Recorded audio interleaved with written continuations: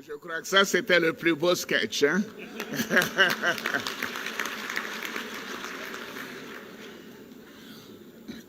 Monsieur le Premier ministre, Monsieur le directeur exécutif, chers frères et sœurs, chers amis, chères sœurs militantes, militants du RHDP, mesdames et messieurs, nous avons eu des moments difficiles, comme l'a rappelé tout à l'heure le ministre d'État, secrétaire général de la présidence. Je me dois de vous demander de vous lever à nouveau pour observer une minute de silence à la mémoire de tous ceux qui ont perdu la vie durant la période électorale.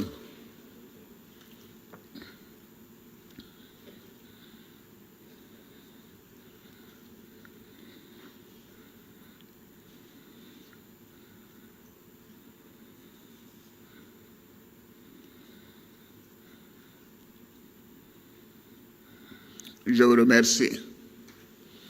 Effectivement, nous avons été meurtris par tous les deuils qui ont été mentionnés, mais nous avons également perdu 87 personnes pendant cette période électorale, avant, pendant et après les élections.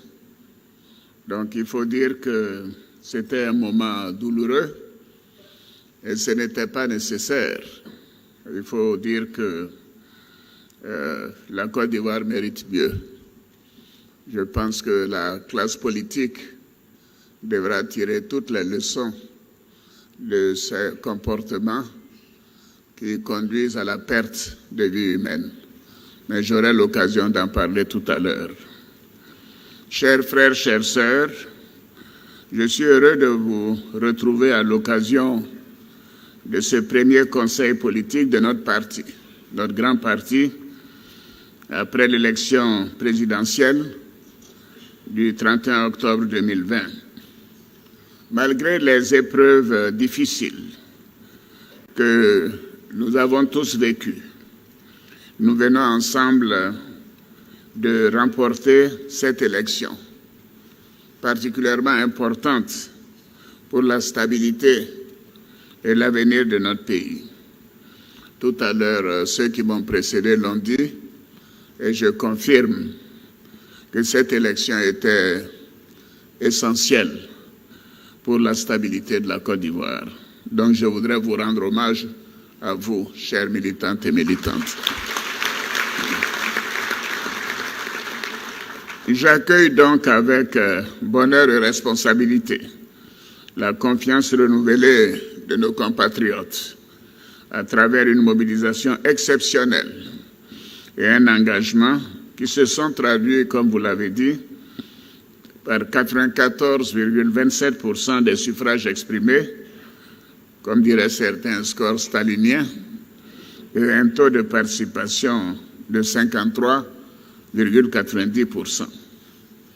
Mesdames et messieurs les membres des instances, militantes et militants du RHDP, chers frères, chères sœurs, chers amis, je voudrais vous renouveler ma reconnaissance pour tous les efforts consentis pour garantir et consolider les acquis démocratiques dans notre pays. Je vous félicite pour votre implication personnelle sur le terrain, dans vos localités respectives, durant la période de campagne, pour porter notre message de paix et de développement à nos concitoyens. Je tiens aussi à vous féliciter pour avoir bravé et vaincu les actes de violence, les intimidations et les menaces de tout genre, de toute nature, comme tout à l'heure l'a révélé le directeur exécutif. Vous avez fait preuve d'engagement militant, de responsabilité, de civisme et de patriotisme. Vous n'avez pas cédé à la provocation. Merci enfin pour la mise en œuvre de la décision du Conseil politique du 29 juillet 2020 qui m'a désigné pour conduire et poursuivre notre action de paix et de développement de notre beau pays. Chers frères, chères sœurs, chers amis, notre victoire à l'élection présidentielle du 31 octobre 2020 est le fruit du travail de chacune et de chacun des militants de notre grand parti, à tous les échelons. Je dis bien à tous les échelons. Et je vous suis reconnaissant. Bravo à chacune et à chacun de vous. Je voudrais saluer plus particulièrement l'importante contribution de la Direction nationale de campagne avec le Premier ministre Ahmed Bakayoko et de la Direction exécutive avec Adama Bictogo, ainsi que tous les autres membres de la Direction nationale de campagne et leurs associés, ainsi que, bien sûr, les membres de la Direction exécutive et de toutes les structures du parti. J'ai bien évidemment une pensée pour deux éminents membres de notre parti, trop tôt disparus, à qui je voudrais une nouvelle fois rendre hommage. Vous l'avez fait avant moi. Il s'agit bien sûr de feu le Premier ministre Amadou Gon Coulibaly et de feu le ministre de l'administration du territoire et de la décentralisation, Sidiki Diakité. Que leur âme repose en paix. Chères militantes et militants du RHDP, chers frères, chères sœurs, chers amis, comme vous le savez tous, la préparation et l'organisation de l'élection du 31 octobre 2020 ont fait l'objet de plusieurs rencontres et d'un dialogue politique avec les différents acteurs politiques et la société civile, que ce soit sur la recomposition de la commission électorale indépendante ou sur le code électoral. Et en plus de cela, la Constitution de la Troisième République, publiée le 8 novembre 2016, prévoit que l'élection présidentielle a lieu le 4e samedi du mois d'octobre de la 5e année du mandat du président de la République. Donc tout le monde savait que l'élection présidentielle devait avoir lieu le 31 octobre 2020, et ce, depuis 2016. C'est important de le signaler. Donc tout d'un coup, d'où vient cette idée de transition? 3 ans avant, on sait qu'il y a une élection. On s'assoit dans son salon et puis on dit on veut une transition.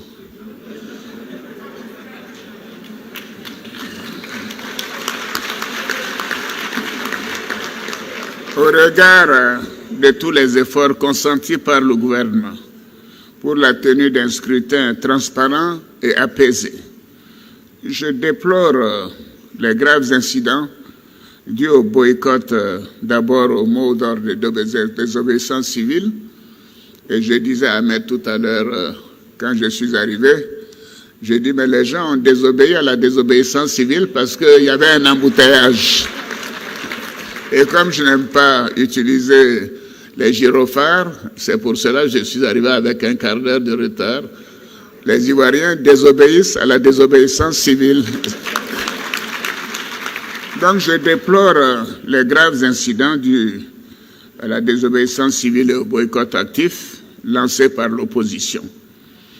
Principalement, je dois dire, par certains candidats retenus par le Conseil constitutionnel et qui ont délibérément décidé de ne pas aller aux élections, de s'abstenir, de se soumettre à la voie démocratique, avec des conséquences parfois dramatiques dans certaines localités du pays. Quant à d'autres qui ne figuraient pas sur la liste électorale, ils ont promis une transition assez loin au bord de la Seine en disant, vous allez voir, il n'y aura pas d'élection le 31 octobre. Mais les élections ont eu lieu le 31 octobre.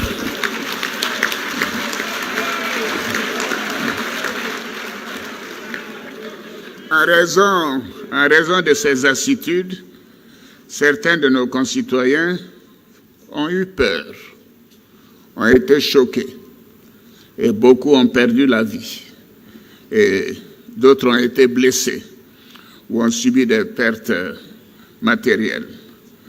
De nombreux Ivoiriens ont aussi été empêchés d'exercer leurs droits civiques.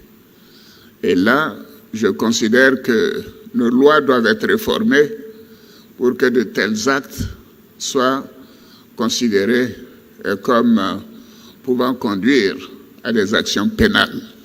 Ce n'est pas normal d'empêcher les Ivoiriens de voter. Et je voudrais rendre hommage à certains d'entre vous. Raymond Goudou, relevez-vous. Raymond a pris les gendarmes pour aller dans son village pour voter. Elle a fait ça. Et je pourrais nommer d'autres personnes. Mais bien sûr, beaucoup ont eu peur. Et ces actes sont des actes criminels. Donc, c'est vrai qu'à l'Ivoirienne, on aime faire des bêtises, après on vient demander pardon. Mais il faut considérer que tout a une fin. On ne peut pas conduire à la perte de vie humaine mais on décide de ne pas aller aux élections. Et c'est très bien, on n'y va pas. On décide de ne pas voter, on ne va pas voter. Mais qu'est-ce que ça veut dire d'aller empêcher les autres de voter? Déjà, la Côte d'Ivoire est en pleine déforestation. On fait tout pour améliorer le couvert forestier. Mais c'est vrai, Alain Donvaï essaie de reconstituer le couvert forestier et voici des gens qui vont couper des arbres pour les mettre sur des pistes, sur des routes, sur l'autoroute. Et cela conduit à des accidents, des morts d'hommes. C'est pas normal. Vraiment, nous avons tous des parents d'un côté ou de l'autre. Moi-même, j'étais le numéro 2 du PDCI à un moment donné. Mais il faut qu'on se parle, qu'on dise, il faut arrêter ça. C'est pas normal. Si on ne veut pas voter, on ne vote pas. Mais on n'a pas le droit d'empêcher les autres de voter, c'est pas normal. Et surtout quand ça conduit à mort d'homme. Bref, en tout cas, je suis révolté par cette manière de faire.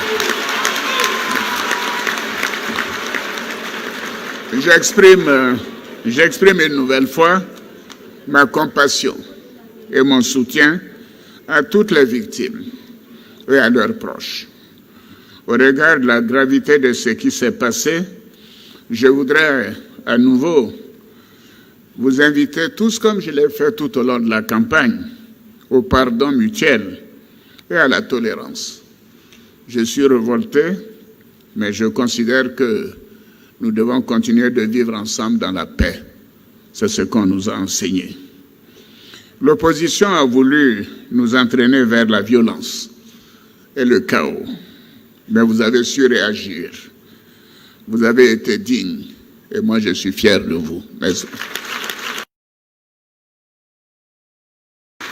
Et je voudrais à la justice et à nos institutions.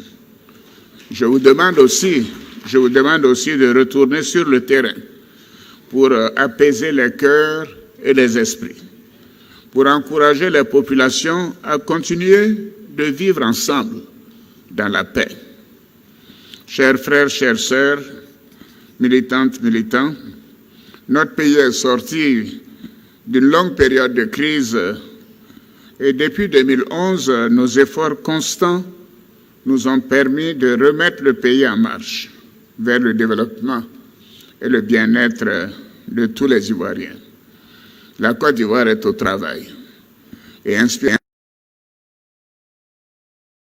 cette confiance. Elle a été ébranlée, mais elle est revenue. la communauté nationale comme la communauté internationale nous fait confiance. Et c'est grâce à vous. Parce que j'avais entendu certains dire « Ah, il n'y a pas de lettre de félicitations d'un tel et d'un tel ». Mais nous sommes membres de la CEDEAO, de l'Union africaine, et voici des gens qui se disent patriotes. Ils attendaient des lettres de félicitations, je ne sais d'où. Mais maintenant, les lettres sont arrivées, hein, n'est-ce pas? Nous devons donc tout mettre en œuvre pour préserver nos acquis. C'est pourquoi, conformément aux valeurs de paix et de dialogue que nous a légué le Père de la Nation, le président Félix Houphouët-Boigny, j'ai, dans mon adresse à la Nation le lundi 9 novembre dernier, réaffirmé à nouveau ma disponibilité pour un dialogue avec l'opposition, dans le respect de l'ordre constitutionnel. Cela s'est traduit par une rencontre, comme vous l'avez noté, le mercredi 11 novembre 2020, avec le président Henri Konan Bédié, président du PDCI-RDA, à l'hôtel du Golfe. Et c'est tout un symbole. C'est tout un symbole. Parce que nous avons été enfermés pendant 4 mois et demi à l'hôtel du Golfe. Oui, 4 mois et demi. Et je l'ai rappelé au président Bédié. J'ai dit, mais président, nous étions là ensemble, n'est-ce pas? Et qui nous a mis ici en ce moment-là, en 2010? J'ai dit, mais nous étions là 4 mois et demi, du 1er novembre jusqu'au 11 avril. J'ai dit, président, un jour, je suis venu vous voir, c'était en janvier, dans votre chambre, et j'ai dit, mais président, l'ONUCI et la force Licorne ont sécurisé Daoukro. Donc, je pense que ce sera, je vous demande vraiment, fraternellement, que vous puissiez accepter que j'organise avec l'ambassadeur Simon que vous soyez transporté par hélicoptère à Daoukro. Parce que on ne sait pas combien de temps on va rester à l'hôtel du Golfe, mais moi je suis prêt à y rester tout le mandat que le peuple m'a confié. Et le président Bédié m'a répondu, et je lui ai rappelé le mercredi, il m'a dit non, Alassane, je reste avec toi. Alors donc, si nous avons choisi l'hôtel du Golfe, pour tous ceux qui se font des idées sur une transition, ils peuvent toujours rêver, il n'y aura pas de transition en Côte d'Ivoire.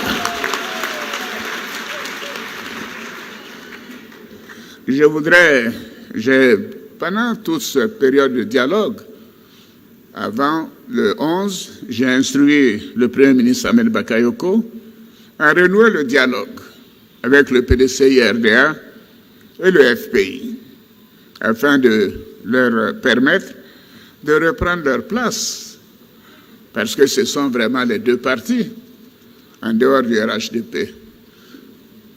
Autrement, il y a qui d'autre ici? C'est vrai, le RHDP comprend, je ne sais plus combien de partis maintenant, le directeur exécutif me le dira, ou le porte-parole, et puis il y a 2 FPI, je crois, et puis le PDCI, le plus vieux parti de Côte d'Ivoire, dont j'ai été le numéro 2 quand j'étais Premier ministre de Félix Houphouët-Boigny. Alors donc la Côte d'Ivoire doit continuer dans la stabilité et dans le souvenir. Nous devons nous rappeler de ce que nous avons fait ensemble pour la stabilité et le développement de notre pays. Les fauteurs de troubles, il faut les mettre de côté. Ils n'apporteront rien à la Côte d'Ivoire. Donc, mon objectif est de rétablir la confiance en toutes les filles et tous les fils de Côte d'Ivoire, de préserver un climat de paix et de stabilité et de poursuivre nos actions de développement. La paix et la stabilité sont importantes pour la mise en œuvre de notre projet de société qui est la Côte d'Ivoire solidaire. Et je voudrais féliciter le ministre d'État Patrick Achi pour la rédaction de ce programme de gouvernement. Bravo, et toute son équipe, bien évidemment, avec Cissé Bakongo et le groupe des enseignants et tous ceux qui ont participé, Kabagnale, enfin je peux continuer. Et je vous demande de tout mettre en œuvre pour maintenir et renforcer la paix et le vivre ensemble sur toute l'étendue du territoire national. Le RHDP a pour devoir de travailler à rassembler toute la Côte d'Ivoire dans toute sa diversité. Oui, nous ne devons pas céder à la division. Je vous demande aussi de faire preuve de solidarité, de générosité, d'unité au sein des coordinations régionales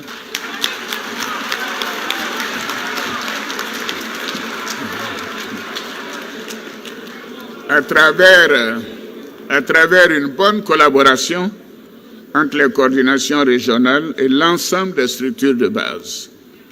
Soyez, mesdames, messieurs, surtout pour les hauts responsables, soyez encore plus à l'écoute des militants et de la base. Oui.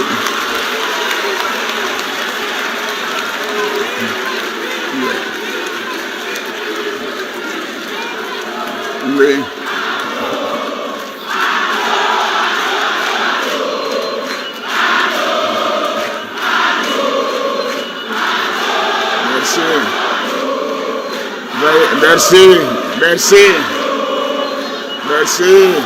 Merci beaucoup. Merci.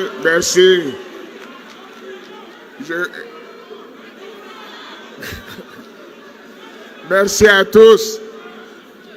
Militants, je vais vous rassurer, j'ai vu tous les ministres applaudir, donc le message est passé.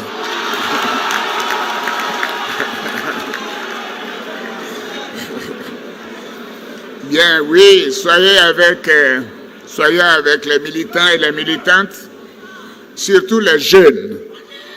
Oui, les jeunes. Oui, les jeunes.